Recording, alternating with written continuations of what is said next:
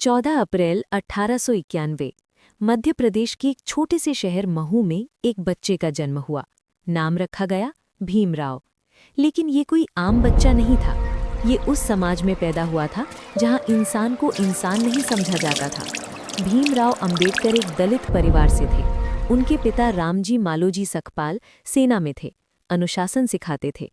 माँ भीमाबाई सकपाल बहुत ही धार्मिक और सहनशील थीं, लेकिन समाज उनके साथ अच्छा नहीं था।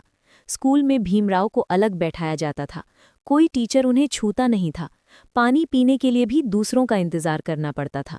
सोचिए, एक छोटा बच्चा जिसे सिर्फ इसलिए अलग कर दिया गया क्योंकि वो नीची जाति में पैदा हुआ था। लेकिन भीमराव ने हार नहीं मानी। उन्होंने समझ लिया था कि अगर कुछ बदल सकता है तो वो है शिक्षा। वो दिन रात पढ़ाई करते थे। मुश्किलें थीं, लेकिन हौसला उससे बड़ा था।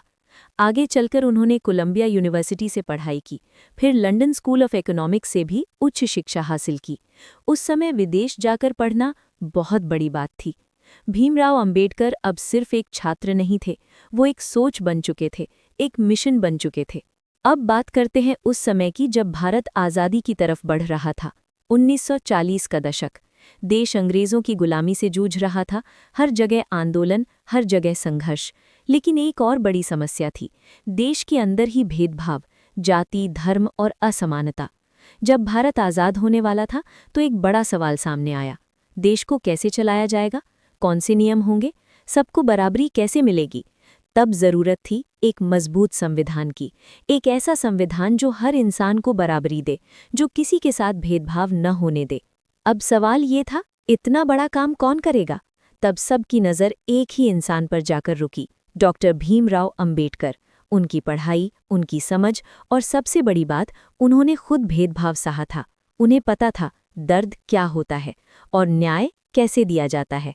29 अगस्त 1947, एक ऐतिहासिक दिन। इस दिन कॉन्स्टिट्यूएंट असेंबली ऑफ इंडिया ने एक ड्राफ्टिंग कमेटी बनाई और उसके अध्यक्ष बने डॉक्टर भीमराव अंबेडकर। ये सिर्फ एक जिम्मेदारी नहीं थी, ये पूरे देश का भविष्य था। अब सोचिए, देश अभी आज़ाद हुआ था, चारों तरफ अफरा तफरी थी, विभाजन का दर्द, लाखों लोगों की मौत। पार्टीशन ऑफ इंडिया ने देश को तोड़कर रख दिया था। लोग बेघर हो रहे थे, दंगे हो रहे थे, और ऐसे समय में एक टीम बैठी थी जो देश का भविष्य लिख रही थी।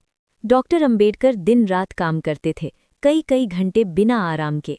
उन्होंने दुनिया के कई देशों के संविधान पढ़े, अमेरिका, ब्रिटेन, आयरलैंड, हर अच्छी चीज़ को समझा और भारत के लिए सबसे बेहतर चुना। उनका एक ही लक्ष्य था, सबको बराबरी, सबको अधिकार। भारत का संविधान सिर्फ एक किताब नहीं है, ये एक वादा है।